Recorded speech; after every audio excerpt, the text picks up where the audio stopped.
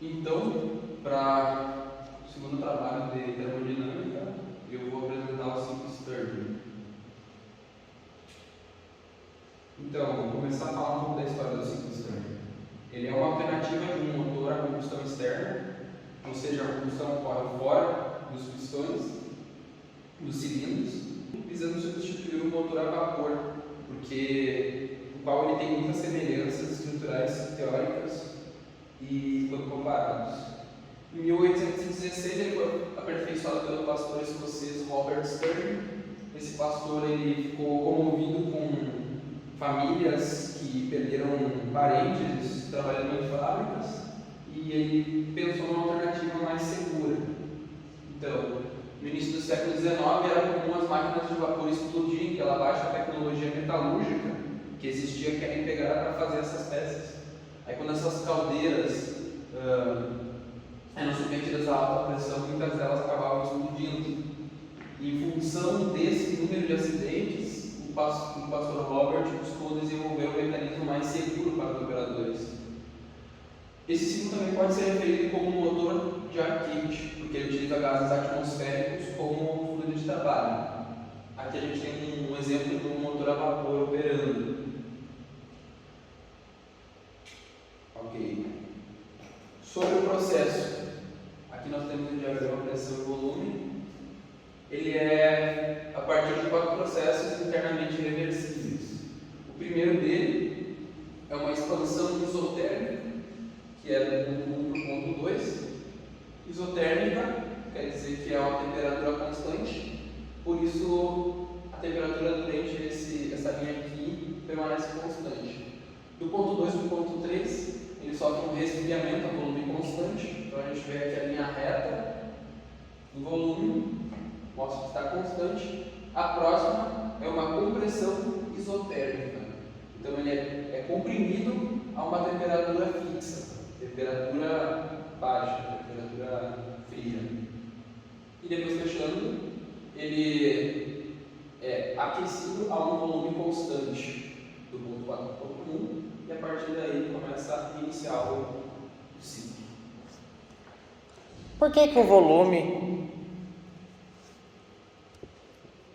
Por que o resfriamento a volume é constante e a linha demonstra que não é, porque não é uma reta?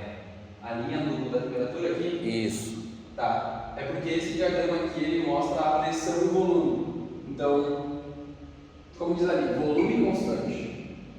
A gente vai olhar aqui, ele mostra que está o volume aqui e aqui é igual. Agora, essa escala aqui não fala sobre a temperatura, ela fala sobre a pressão. Essas linhas inclinadas aqui, que são as linhas de temperatura constante. Então, se por acaso ele viesse daqui para cá, ou se ele viesse reto, não significaria que a temperatura estaria constante. Outra coisa, a eficiência do ciclo Stirling ela é igual à eficiência do ciclo de Carnot, que ele é internamente reversível. Respondido? Respondido. Aqui nós temos então o diagrama de temperatura e entropia. Então aqui, como a gente comentou, do 1 para o 2, do 3 para o 4, agora com uma escala da temperatura ele vira uma linha reta. As entropias elas vão alternar em todos os processos, não há entropia constante. E como troca calor com uma temperatura constante, esse ciclo acaba se tornando reversível.